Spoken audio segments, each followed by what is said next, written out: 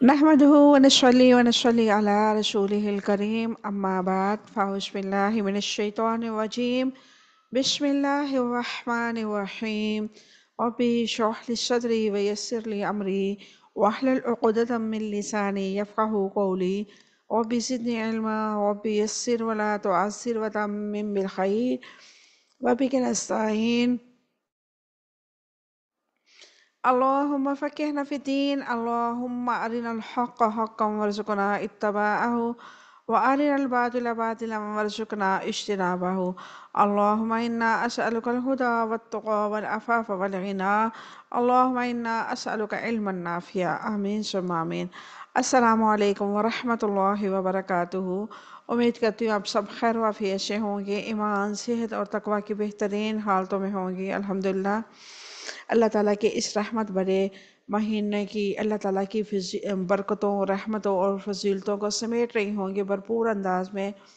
اور اللہ تعالیٰ کے لیے اپنی عبادات کو خالص کر رہی ہوں گے انشاءاللہ تعالیٰ۔ اللہ تبارک و تعالیٰ سے دعا ہے کہ اللہ تعالیٰ یہ جو چند ایام ہے، ایام معدودات ہیں، چند گنتی کے ایام ہیں، اس میں اس کی رضاعت، اس کی خوشنودی اور اللہ تعالیٰ کی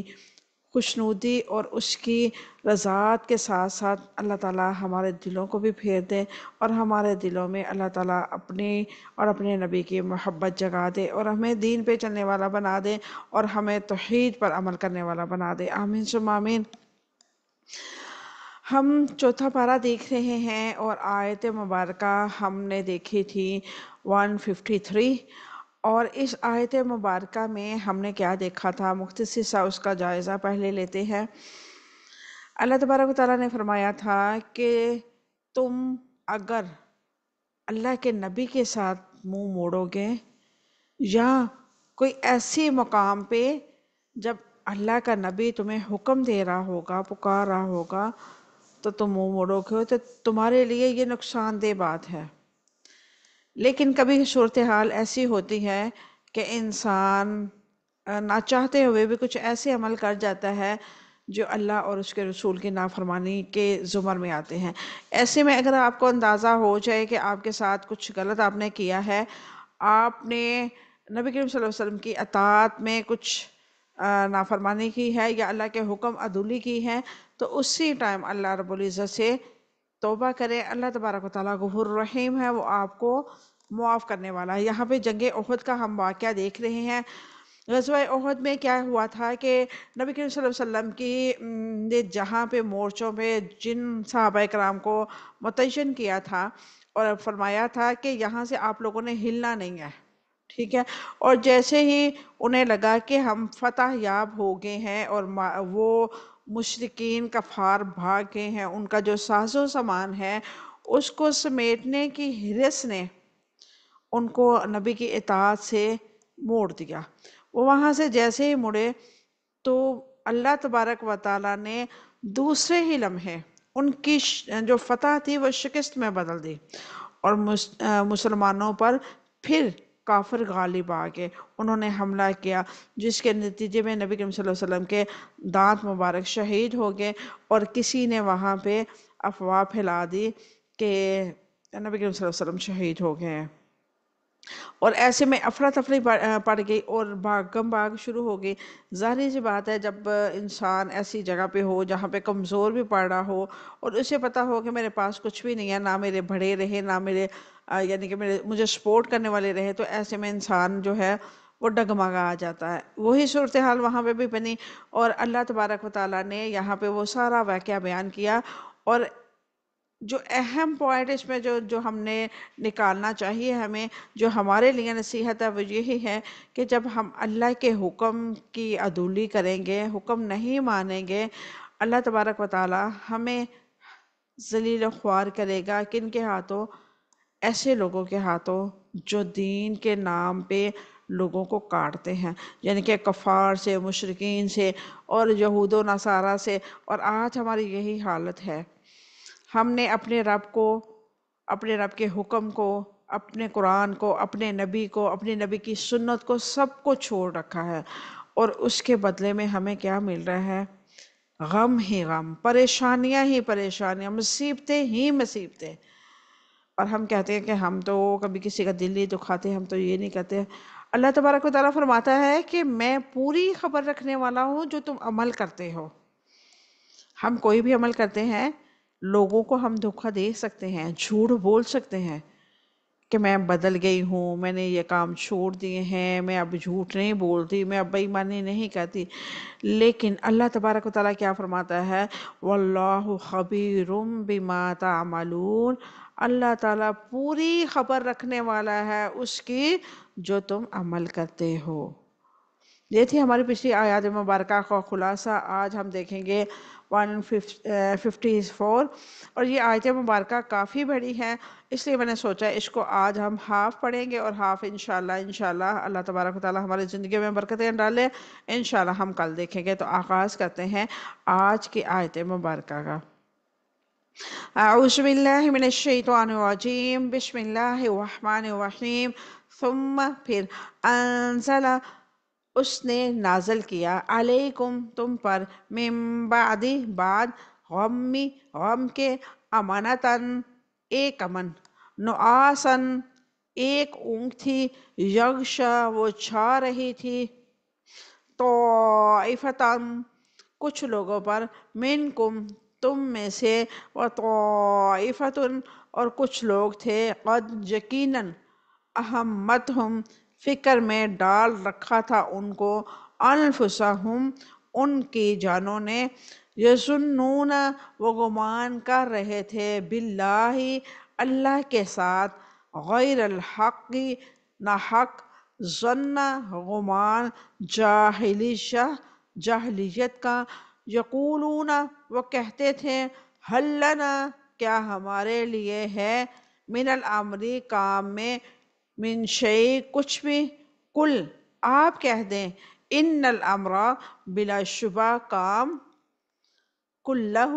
سارے کے سارا، للہ اللہ ہی کے لیے ہے، یخفون وہ چھپائے ہوئے ہیں، فی انفسہم اپنی جانوں میں، ما لا جو نہیں،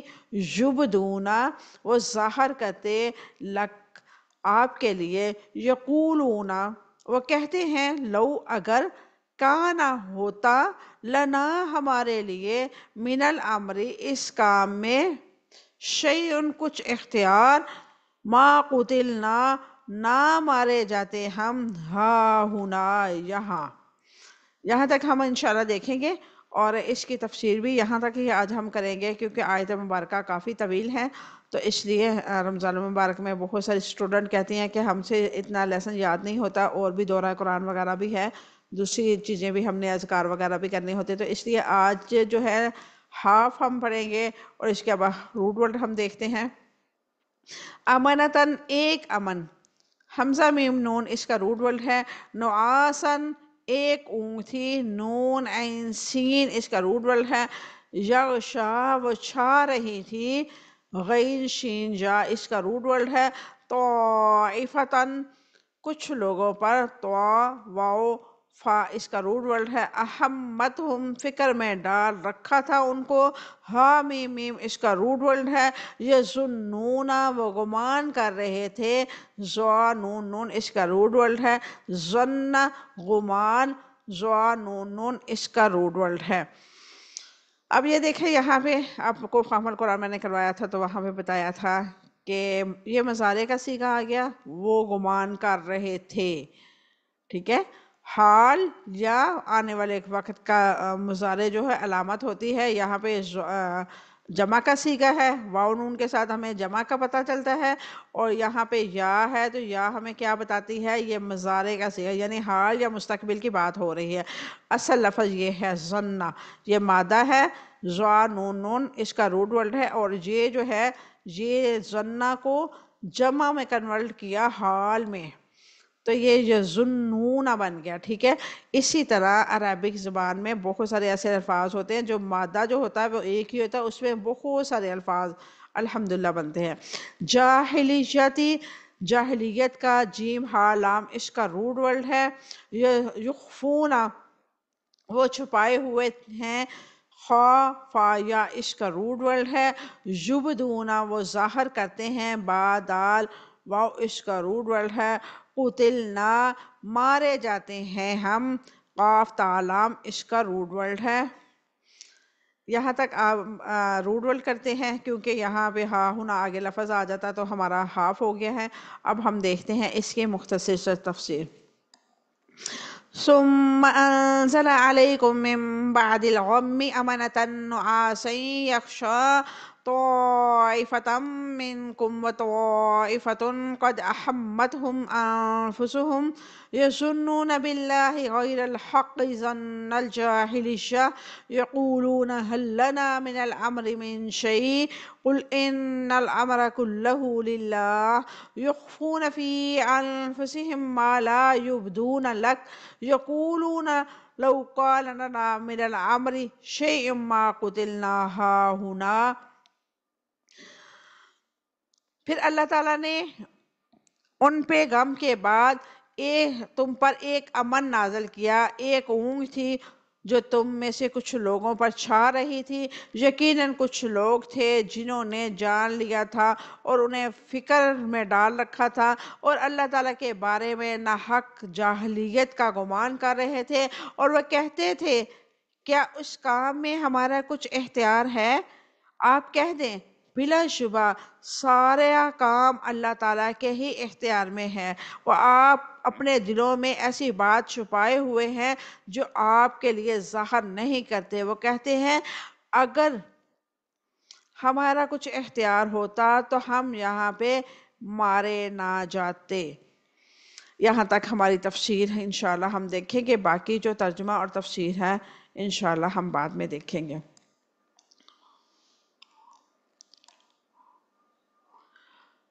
اور وہب راہو نے یہ مسلم ظاہری میں روایت کی ہے کہ شیطان نے احد میں غزوہ احد کے دن بلند آواز سے چیخ ماری کہ رسول اللہ صلی اللہ علیہ وسلم شہید کر دیے گئے۔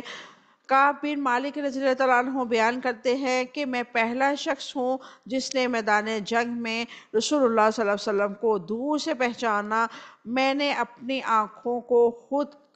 کے نیچے سے دیکھا اور دیکھتے ہی مسرت اور خوشی کے ساتھ بلند آواز میں پکارا اے صحابہ کرام، رسول اللہ صلی اللہ علیہ وسلم یہاں ہیں۔ اس پر یہ آیت مبارکہ نازل ہوئی۔ یعنی کہ وہاں پہ جنگ احد میں جو پہلا نبی کریم صلی اللہ علیہ وسلم کے لیے ایسے الفاظ جس نے نکالے وہ شیطان تھا۔ شیطان نے وہاں پہ چیخ ماری لوگوں کو، یعنی کہ گمراہ کرنے کے لیے کہ نبی کریم صلی اللہ علیہ وسلم شہید ہو گئے ہیں، اور اس پہ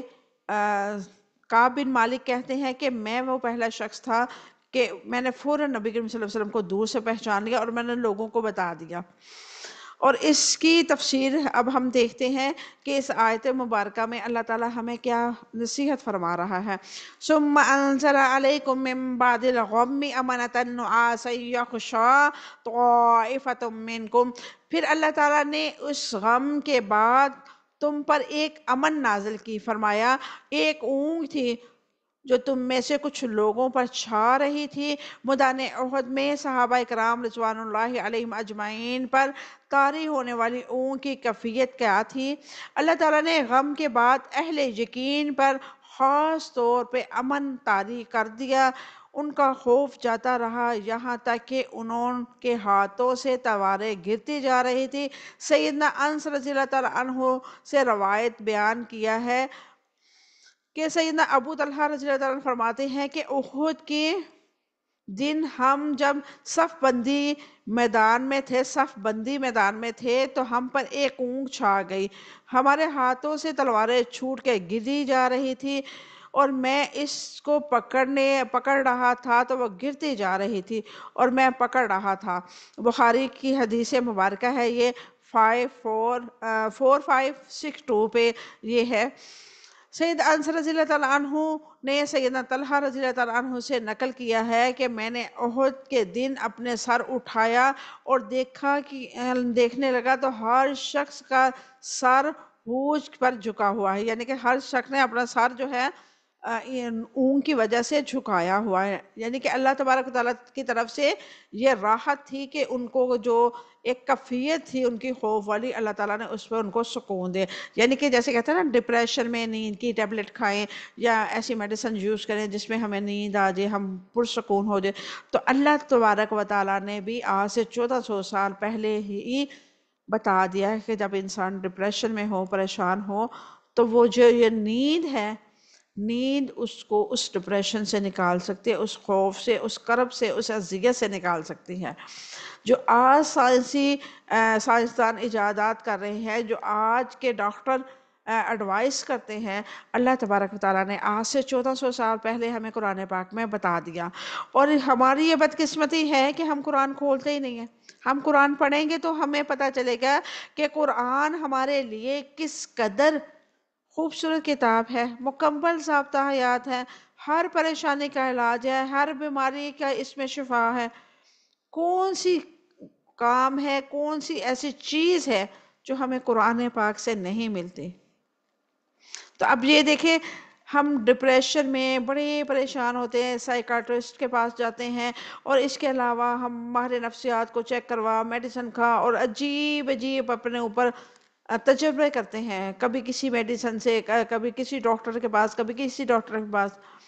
اللہ تبارک و تعالیٰ کی رحمت ان لوگوں پہ ہوتی ہے جو قرآن پڑھتے ہیں. آپ بہت پریشان ہیں، بہت زیادہ تکلیف میں ہیں، بہت اذیت میں ہیں، آپ قرآن کھول کے دیکھ لیں، آپ کو سکون آنے لگ جائے گا، آپ کو نیند آنے لگ جائے گی. تو یہ قرآن شفا ہے بیمار روحوں کی بھی اور بیمار جسموں کی بھی. تو اللہ تبارک و تعالیٰ نے یہاں پہ اونگ کا ذکر کیا. اونگ خوف زدہ انسان پہ کیسے اثرات مرکب کرتی ہے. خوف زدہ اور پریشان حال انسان پر جب اونگ طاری ہوتی ہے، چاہے ایک لمحے کے لیے ہو، جسم پر جادو کے اثرات مرکب کرتی ہے. اونگ دور ہوتے ہی تر و تازگی محسوس ہوتی ہے، جسم آرام محسوس کرتا ہے، اور دلوں پر اطمینان کی کیفیت طاری ہو جاتی ہے. امام فجر الدین رازی رحمہ اللہ نے لکھا ہے کہ اونگ کے کئی فائدے تھے. ان میں سے ایک اہم فائدہ یہ ہے کہ دشمنان اسلام جو اس مسلمانوں کو ختم کرنے پہ دے پڑتے تھے، ان کا خوف مسلمانوں کے دلوں سے نکل گیا، کیونکہ نیند کی حالت میں محفوظ رہنے سے اللہ تعالیٰ کے وعدے پر یقین بڑھ جاتا ہے. ابن مسعود رضی اللہ تعالیٰ عنہ نے کہا، قتل میں اونگ اللہ تعالیٰ کی طرف سے امن ہے، اور نماز میں اونگ جو ہے شیطان کی طرف سے ہے. یعنی کہ پریشانی کی کیفیت میں اور مصائب میں، کوئی ایسی ڈپریشن ہے تو اس میں اگر ہمیں اونگ آ رہی ہے تو یہ اللہ تعالیٰ کی رحمت ہے نا. ہمیں اللہ تعالیٰ اس ڈپریشن سے نکالنے کے لیے ہمیں نیند دے رہا ہے، ہمیں سکون دینے کے لیے. لیکن جو نماز میں لوگ آنکھیں بند کیے ہیں، جھک رہے ہیں، کبھی آگے ہو رہے ہیں، کبھی پیچھے ہو رہے ہیں، تو یہ شیطانی عمل ہوتا ہے، شیطان کی طرف سے ہوتا ہے. کیونکہ جس ہم ہستی کے سامنے کھڑے ہیں، اس ہستی کو اگر ہم پہچان لیں تو اونگ چھوڑ کے ہم اپنے قدموں کو ذرا بھی نہ ہٹائیں. اب ہم نماز کیسے پڑھتے ہیں؟ نماز اگر امام کے پیچھے پڑھنی ہے، مسجد میں جا کے ہم نمازیں پڑھیں، جیسے آج کل ہم تراویح وغیرہ الحمدللہ پڑھتی ہیں، جمعہ پڑھتی ہیں، تو ایسے میں نے اکثر دیکھا ہے مساجد میں، کسی کی ایریے کی بھی مساجد ہو، میں نے اکثر دیکھا ہے وہاں پہ عورتیں کیا کرتی ہیں، ایک تو بچوں کے ساتھ لے جاتی ہیں رمضان میں بھی اور جمعے کے ٹائم بھی. تو وہ بچے اتنے شور کر رہے ہوتے ہیں، بچوں کو چیزیں کھول کھول کے نماز میں ہی دے دیتی ہیں. بچوں کو لانا ٹھیک ہے، لیکن بچوں کو سمجھا کے لے کے آئیں کہ ہم اللہ کے گھر جا رہے ہیں، وہاں پہ شور شرابہ نہیں کرنا، ہم اللہ سے ملاقات کرنے جا رہے ہیں. ہم بچوں کو سمجھاتے ہی نہیں ہیں، بچے کو ساتھ لے آتے، اور بچے وہ پیچھے ادھم مچا رہے ہوتے ہیں کہ اللہ. پہلی صف میں جو بندہ کھڑا ہے اس کو پھر بھی نماز میں لذت محسوس ہو رہی ہوتی ہے. جو پچھلی صف میں اگر جگہ نہ ملے، پچھلی صف میں کھڑا ہونا پڑ جائے تو عذاب والی صورت بنتی ہے. وہ قاری صاحب کی قرات کی لذت اور وہ ساری چیزیں بچوں کے شور میں، عورتوں کے باتوں میں، وہ ساری جو ہوتی ہے نا خراب ہو جاتی ہیں. تو جب بھی آپ نماز پڑھیں، آپ اپنے مائنڈ میں اپنے بچوں کو ساتھ لے کے جائیں تو آپ ان کو سمجھائیں کہ ہم اللہ سے ملاقات کرنے جا رہے ہیں، اللہ سے باتیں کرنے جا رہے ہیں، اللہ کے ہاں اللہ کے گھر میں جا کے کوئی شرارت نہیں کرنی، ورنہ اللہ تعالیٰ سخت سزا دیتا ہے. جب بچوں ہم سمجھائیں گے، چلے مان لیں 100% بچے نیا مانیں گے، لیکن تھوڑا سا تو ان پہ اثر ہوگا کہ ہم اللہ کے گھر جا رہے ہیں، صاف ستھرے ہو کے جا رہے ہیں، وہاں پہ کوئی گند نہیں ڈالنا، کوئی چیزیں نہیں بکھری پڑی ہونی چاہیے، کوئی ریپر وہاں پہ نہ پڑا ہو۔ ہمارے وہاں پہ مساجدوں میں، خواتین والے ایریا میں اس قدر کچرا وہاں پہ ہوتا ہے، ریپر پڑے ہوتے ہیں، چیزیں پڑی ہوتی ہیں، بچوں نے کھا کھا کے چیزیں پھینکی ہوئی، عجیب سا وہ ہمیں ماحول بنا ہوتا ہے۔ تو نماز پڑھتے ہوئے آپ کو اونگ آ رہی ہے، آپ کو سستی ہو رہی ہے، تو سمجھیں آپ کا رابطہ آپ کے رب کے ساتھ ابھی ڈائریکٹ ہوا نہیں ہے، آپ ابھی ویٹنگ روم میں ہیں۔ جیسے ہم زوم پہ پڑھتے ہیں الحمدللہ، کبھی میں آن لائن نہ ہوں تو آپ کو ایک سکرین پہ شو ہوتا ہے کہ ویٹنگ روم ہے، یہاں پہ آپ رکے، جو ہے ہوسٹ وہ آئیں گی تو وہ اوپن کریں گی زوم، تو پھر آپ انٹر ہو سکیں گے۔ ایسے ہی نماز میں اگر آپ کی لذت محسوس نہیں ہو رہی تو آپ سمجھ لیں آپ کی نمازیں ویٹنگ روم میں ہیں، اللہ تک نہیں پہنچ رہی۔ اللہ کے پاس نمازیں جانے کا مطلب یہ ہے، اللہ قبول اس وقت کرتا ہے جب آپ کو لگے کہ ہاں میں واقعی میں اللہ سے بات کر رہی ہوں، آپ کو محسوس ہو، آپ کو لذت محسوس ہو۔ اور الحمدللہ میں نے بہت ساری آپ لوگوں کو ایسی اسائنمنٹیں دی ہیں جس میں آپ لوگوں کو وہ فیلنگ آئی ہے جو میں کروانا چاہ رہی تھی، الحمدللہ ثم الحمدللہ۔ تو اپنی نمازوں کو درست کریں، کیونکہ شیطان سب سے زیادہ نماز پہ حملہ کرتا ہے۔ تو یہاں پہ بات ہو رہی تھی کہ اونگ نماز میں ہو تو وہ شیطان کی طرف سے ہے، کوئی پریشانی مصیبت یا یعنی کہ ایسی جگہ پہ ہو جہاں پہ آپ بہت زیادہ ڈسٹرب ہو رہے ہیں تو وہاں پہ اللہ تعالیٰ کی رحمت ہوتی ہے۔ میدان جنگ میں سب سے زیادہ اہمیت کس بات کی ہوتی ہے؟ انسان کا سکون رخصت نہ ہو، وہ پوری یکسوئی کے ساتھ اپنا منصوبہ بنا سکے، اللہ پہ بھروسہ رکھے، اسے یہ یقین ہو کہ اس کی جان اس کی اپنی نہیں ہے، وہ اپنے اللہ کے لیے ہے، اسی کے لیے لڑنا ہے، اسی کے لیے حرکت میں آنا ہے۔ یعنی کہ جب اس کا فوکس اللہ تعالیٰ کی ذات پہ ہوگا اور وہ یہ سمجھے گا کہ میرا جینا مرنا جو ہے رب کے لیے ہے، جیسے حضرت ابراہیم علیہ السلام نے کہا تھا قُلْ إِنَّ الصَّلَاةَ وَنُسُكِي وَمَحْيَايَ وَمَمَاتِي لِلَّهِ رَبِّ الْعَالَمِينَ، کہ میرا جینا، میرا مرنا، میرا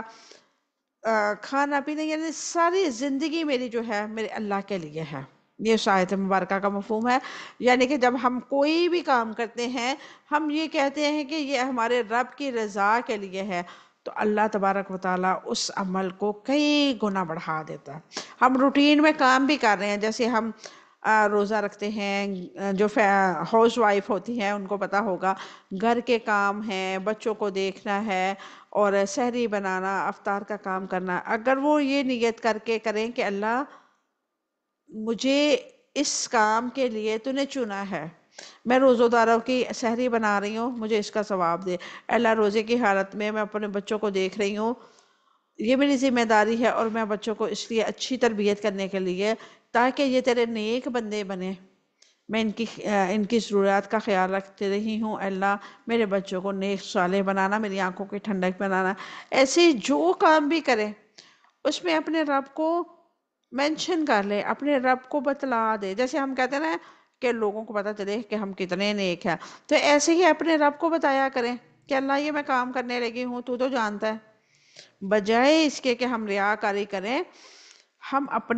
ہماری عادت ہے نا کہ ہم کسی کے ساتھ شیئر کریں کہ ہم کتنی نیکیاں کرتے ہیں، اللہ کے ساتھ شیئر کریں، اللہ تو جانتا ہے، اللہ کے ساتھ شیئر کرنے کے ریاکاری بھی نہیں ہوگی۔ اللہ تعالیٰ تو آپ کی نیت کو جانتا ہے، اللہ کو پتہ ہے کہ یہ کتنے پانی میں ہے۔ تو ایسے میں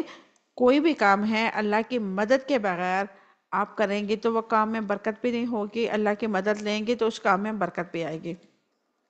یہاں کی ان دو جماعتوں کا تذکرہ ہے، یہاں مسلمانوں کی دو جماعتوں کا تذکرہ ہے، ان میں سے ایک کو اونٹ ڈھانپ رہی تھی اور دوسری وہ تھی جنہیں اپنی جانوں کی فکر لاحق تھی۔ طائفتن قد احمتہم انفسہم، اور یقیناً کچھ لوگ تھے جن کی جانوں نے انہیں فکر میں ڈال رکھا تھا۔ ڈگمگاتے ایمان والوں کی خصوصیت کیا ہے؟ سیدنا ابی طلحہ رضی اللہ تعالیٰ عنہ نے کہا کہ انہوں نے اٹھایا میں نے اپنا سر احد کے دن، تو میں نے دیکھا کہ ان میں سے کوئی ایسا دن نہیں تھا جس کا نہ جھکا ہو اپنے سر کو نیچے اونگ کی سبب میں۔ بس یہی مراد ہے کہ اللہ تعالیٰ ان کے قول پر ثم انزلہ یعنی کہ یقیناً وہ لوگ جنہوں نے اپنی جان کے فکر میں ڈال رکھا تھا، اللہ تعالیٰ کو اپنے سر پرستی نہیں بنایا تھا، ان پر اعتماد نہیں کرتے تھے، اپنے آپ کو تقدیر کے سپرد نہیں کرتے تھے، دین کی فکر سے خالی ہوتے ہیں، اپنی ذات کی فکر میں نہیں رہتے، ان کے دلوں میں ایمان کی حقیقت نہیں گزرتی، اللہ تعالیٰ کے بارے میں بدگمانیاں کرتے ہیں، انہیں صرف اپنی فکر لاحق ہوتی ہے، انہیں نہ تو اپنے دین کی فکر ہے اور نہ ہی اپنے رسول کی، نہ صحابہ کرام رضوان اللہ علیہم اجمعین کی۔ خوف و کلل اور جزے اور جزا کی وجہ سے انہیں کہاں نیند آ سکتے ہیں، یعنی کہ جن کو اپنی فکر ہو کہ ہائے میں مارا نہ جاؤں، ہائے میرے ساتھ ایسے نہ ہو، ہائے مجھے کوئی یہ نہ کرے، ہائے مجھے وہ نہ کرے، تو اس انسان کو کبھی بھی سکون نہیں ملتا۔ یظنون باللہ غیر الحق ظن الجاہلیہ، وہ اللہ تعالیٰ کے بارے میں ناحق گمان کرتے ہیں۔ اللہ تعالیٰ کے ساتھ جاہلیت والا گمان کیا ہے؟ وہ اللہ تعالیٰ کے بارے میں ناحق جاہلیت کا گمان کرتے ہیں۔ اللہ تعالیٰ کے ساتھ جاہلیت والا گمان یہ ہے کہ نبی کریم صلی اللہ علیہ وسلم کے معاملہ باطل ہے، نعوذ باللہ، اور انہوں نے اللہ تعالیٰ کی مدد حاصل نہیں ہے، جس دین کی دعوت دیتے ہوئے انہیں مستقبل مایوس کن ہے۔ یقولون حل لنا من الامر من شیء، وہ کہتے ہیں کہ ہمارا کام میں کچھ اختیار ہے۔ اس کی وضاحت کیا ہے؟ عبداللہ بن ابی بن سکول کی طرف اشارہ ہے۔ جنگ کے لیے مدینہ سے نکلنے سے پہلے اس نے یہی مشورہ دیا کہ شہر کے اندر رہ کے دفاع کیا جائے، اس لیے جب اسے خبر ملی کہ حزن کے بہت سارے لوگ قتل ہو گئے تو اس نے مسلمانوں کو بدظنی پھیلانے کے لیے کہا، حل لنا من الامر من شیء، کیا اس کام میں ہمارا کچھ بھی اختیار ہے؟ منافقین کا بڑا اعتراض یہ تھا کہ اس جنگ کے لیے جو منصوبہ بنایا گیا اس میں ہماری ایک نہ سنی گئی۔ اگر ایک گروہ کی رائے یہ تھی کہ مدینہ کے اندر رہ کر جنگ کی جائے، تو ان کا جواب یہ ہے کہ کہہ دو کہ سارے معاملات اللہ کے اختیار میں ہیں۔ قتادہ اور ربی نے کہا ہے جاہلیت کا گمان اہل شرک تھے۔ قل ان الامر کلہ للہ، آپ کہہ دیں بلا شبہ سارے کام اللہ کے اختیار میں ہیں۔ یہ امر کن امور پر مشتمل ہوتا ہے؟ آپ کہہ دیں بلا شبہ سارے کام اللہ کے اختیار میں ہیں۔ بس معلوم ہوا کہ اسباب خود کتنے ہی بڑے کیوں نہ ہو، وہ تب ہی فائدہ دیتے ہیں جب قضاء و قدرت معارض نہ ہو۔ جب قضاء و قدرت کے اسباب کے خلاف ہو تو اسباب کا کوئی فائدہ نہیں دیتے۔ بلکہ اللہ تعالیٰ نے موت اور حیات کے جو فیصلے لوح محفوظ میں لکھے ہوئے ہیں وہ نافذ ہو کے رہتے ہیں۔ یخفون فی انفسہم ما لا یبدون لک، وہ آپ کے دلوں میں ایسی بات چھپاتے ہیں جو آپ کے لیے ظاہر نہیں کرتے۔ اس کی وضاحت کیا ہے؟ وہ اپنے دلوں میں ایسی بات چھپاتے ہیں جو آپ کے لیے ظاہر نہیں کرتے۔ وہ اپنے دلوں میں رسول اللہ صلی اللہ علیہ وسلم اور صحابہ کرام رضوان اللہ علیہم اجمعین کے خلاف کفر، بغض اور دشمنی چھپائے ہوئے ہیں، جن کو ظاہر نہیں کرتے۔ ان کے دلوں میں وسوسہ اور شبہات میں بھرے ہوئے ہیں، مثلا قیادت کی غلطی، قیادت کے اختیارات میں ہمارا کوئی حصہ نہیں، یہاں نہ مارے جاتے۔ یقولون لو کان لنا من الامر شیء ما قتلنا ہاہنا، وہ کہتے ہیں کہ اگر اس میں ہمارا کچھ اختیار ہوتا تو یہاں نہ مارے جاتے۔ اس کی وضاحت کیا ہے؟ یہ ان کے لیے اللہ تعالیٰ کی طرف سے قضاء و قدرت کا انکار اور تکذیب ہے کہ رسول اللہ صلی اللہ علیہ وسلم اور صحابہ کرام رضوان اللہ علیہم اجمعین کی رائے کو بیوقوفی کی طرف منسوب کرنا اور اپنے آپ کو پاک صاف اور صحیح قرار دینا۔ انسان کے اندر قیادت کے بارے میں وسوسے کب آتے ہیں؟ جب انسان کے نظریہ جو ہے وہ خالص اور یکسو نہیں ہوتے، جس کی موقع پر شکست سے دوچار ہونا پڑتا ہے، جب توقع سے زیادہ قیمت ادا کرنی پڑے، جب ناگوار نتائج کا سامنا کرنا پڑے۔ تو یہ ہماری ہاف جو آیت مبارکہ ہے اس کی تفسیر تھی، اور اس سے ہمیں کیا پتہ چلتا ہے کہ زندگی موت کا اختیار صرف ہمارے رب کے پاس ہے۔ ہم نے کب کہاں مرنا ہے یہ اللہ تعالیٰ بہتر جانتا ہے۔ ہمیں اپنے دین کے لیے نہ تو سوچنے کی ضرورت ہے کہ ہمارے دین میں یہ چیز ہے، کیوں ہے، کیسے نہیں ہے، کیونکہ اللہ تبارک و تعالیٰ نے شریعت مکمل کر دی۔ ہم اپنی مرضی میں جتنے بھی قیاس آرائی کریں کہ یہ وہ ایسے ویسے، یہ ایسے نہیں ہونا چاہیے تھا، جب اللہ کا حکم آ جائے تو مومن مسلمان ایمان والا اس پہ سمعنا و اطعنا کہتا ہے کہ ہم نے سنا اور ہم نے فرما برداری کی۔ تو اللہ تبارک و تعالیٰ سے دعا ہے کہ اللہ تعالیٰ ہمیں اپنا فرما بردار بنا لے، اللہ تبارک و تعالیٰ ہم سے دین کے بہترین کام لے، اللہ تبارک و تعالیٰ ہمارا پڑھنا پڑھانا قبول کرے۔ اللہ تبارک و تعالیٰ سے دعا ہے اللہ تعالیٰ اس ماہ مبارک کی جو چند لمحات ہیں اس کی رحمتوں کو برکتوں کو سمیٹنے کی توفیق عطا فرمائے۔ اے اللہ یہ رمضان ہمارے لیے نجات کا رمضان بن جائے، جہنم کی نجات، قبر کے عذاب کا نجات کا سبب بن جائے۔ اللہ تبارک و تعالیٰ سے دعا ہے اللہ جس طرح عبادت کرنے کا حق ہے تیری، ویسے ہم سے نہیں ہو پا رہی، ہم کمزور لوگ ہیں، ہم سے کمیاں کوتاہیاں ہو رہی ہیں۔ اے اللہ ہماری کمزوریوں کو، کمیوں کو، کوتاہیوں کو معاف فرما کے ہماری ٹوٹی پھوٹی نمازیں، ٹوٹی پھوٹی اذکار، ٹوٹی پھوٹی عبادات کو قبول فرما لے۔ اللہ تبارک و تعالیٰ سے دعا ہے اللہ تعالیٰ جن کے والدین حیات ہے ان کی زندگیوں میں برکتیں عطا فرمائے، وہ اپنے بچوں کی خوشیاں دیکھ سکیں، اور جن کے والدین اس دنیا فانی سے چلے گئے ہیں اللہ تبارک و تعالیٰ ان کی قبروں پر کروڑہا رحمت نازل فرمائے۔ اے اللہ میرے والدین کی قبروں پر بھی کروڑہا رحمت نازل فرمانا، اور مجھے ان کے لیے بہترین صدقہ جاریہ بنانا، آمین ثم آمین۔ وآخر دعوانا الحمدللہ رب العالمین، سبحان ربک رب العزت عما یصفون وسلام علی المرسلین والحمدللہ رب العالمین۔ السلام علیکم ورحمۃ اللہ وبرکاتہ۔